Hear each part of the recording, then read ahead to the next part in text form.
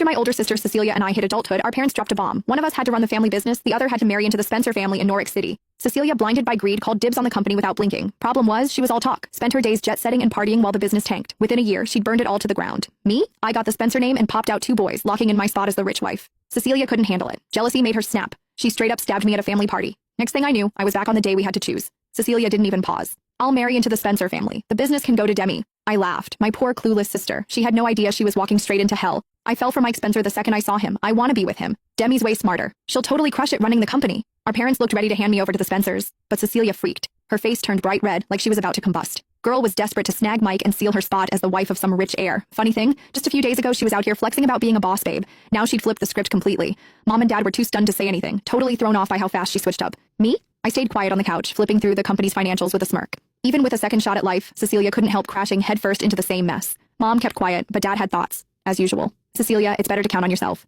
Sure, he might like you now, but people change. I've heard things about Mike, not exactly glowing. Just think about it. I don't want you getting hurt. He wasn't wrong. Banking your whole life on some guy? Dumbest move ever. Dad had seen it too many times. Men ditching their day one wives the second they got rich. The women who stuck around got left in the dust. No surprise he didn't want that fate for us, but Cecilia wasn't having it. Maybe she remembered how good I had it in my last life. Chauffeured in luxury cars, stacked bank account, and 2 picture-perfect sons everyone envied. She clung to the idea that marrying Mike beat running the company and watching it crash. Dad's warning went in one ear, out the other. She even poked her ear, annoyed. Oh, Dad, that's just because those women were useless. I'm gorgeous and charming. He'd be lucky to have me. Why would he leave? You've met him. He's a total gentleman. Those rumors are trash. She looked like she already had the trophy in hand, eyes glowing with pure delusion. To her, this was a dream path. Why hustle through endless meetings and travel when you could sip wine and hit parties as a pampered housewife? I dropped my head, biting back a laugh. Mike might play the polished prince in public, but behind closed doors, full-on monster. He clawed his way up as an illegitimate son in the Spencer fam, and trust me, whatever it took to get there wasn't pretty. He made me schmooze nonstop, forced drinks down my throat till I puked blood and couldn't care less. If something didn't go his way, he'd hit me. I was rocking long sleeves in the middle of July just to hide the bruises.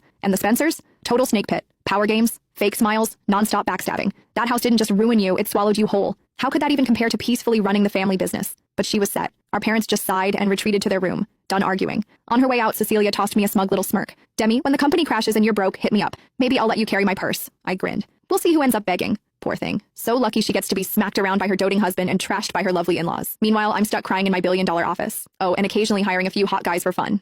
Cecilia and Mike's wedding was straight out of a magazine, held at the iconic Centennial Hotel, packed with industry elites. Dressed in a custom gown, Cecilia was glowing with pride, arrogance practically dripping off her as she made her rounds. She dragged Mike over to toast me, clearly just to flex. Demi, first time meeting your brother-in-law, huh? When your business tanks, maybe he'll toss you a lifeline. Women shouldn't have to work so hard anyway. You should have found a man. Too bad luck skipped you.